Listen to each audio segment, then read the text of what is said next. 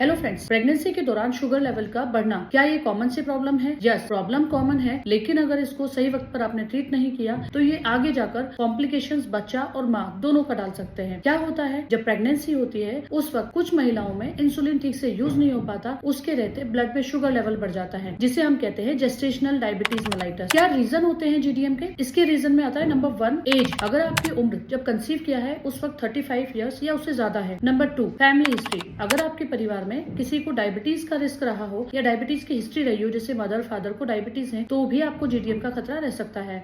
Number 3 previous history, जैसे कि पहले वाला बेबी 4 किलो या उससे ज्यादा का वजन रहा हो, या पहले वाली प्रेगनेंसी में भी जेस्टेशनल डायबिटीज का रिस्क रहा हो, शुगर लेवल बढ़ी हो। अगला आता है ओबेसिटी। अगर आपने कंसीव किया है उस वक्त आपका वजन बहुत ज्यादा है तो भी जीडीएम का खतरा रह सकता है। नेक्स्ट आता है हार्मोनल चेंजेस, जैसे कि जब आपने कंसीव किया उस वक्त या उससे पहले आपको कोई पीसीओडी या थायराइड का इशू रहा हो, तो इन केसेस में जीडीएम का खतरा रह सकता है। क्या सिम्टम्स होते हैं जीडीएम के? ऐसे कोई खास सिम्टम नहीं होते, लेकिन कुछ महिलाओं में यूरिन बार बार आना, प्यास ज्यादा लगना, थकान सा होना और बार बार इन्फेक्शन होना, मोस्टली यूरिनरी ट्रैक इन्फेक्शन, ये सिम्टम्स रह सकते हैं। अगर जीडीएम हो जाता है तो क्या रिस्क हो सकता है? बच्चे में रिस्क की अगर हम बात करें तो बच्चे का वजन बढ़ सकता है, जिसको हम मैक्रोसोमिया बोलते हैं। बच्चा डिलीवरी के बाद शुगर लेवल डाउन कर सकता है, जिसको हम हाइपोग्लाइसीमिया बोलते हैं। हो सकता है बेबी डिलीवरी के बाद एनआईसीयू में शिफ्ट हो जाए। ये भी हो सकता है कि फर्दर लेट कॉम्प्लिकेशंस में बच्चे में भी कुछ हार्मोनल या शुगर लेवल का बढ़ना या ओबेसिटी, ये सब फैक्टर्स रह सकते हैं। माँ में क्या क्या कॉम्प्लिकेशंस हो सकते हैं? अगर जीडीएम है तो हो सकता है फर्दर आगे चलकर मदर का बीपी बढ़ जाए। ये हो सकता है कि डिलीवरी सिजेरियन सेक्शन पे लैंड अप हो जाए, और अगर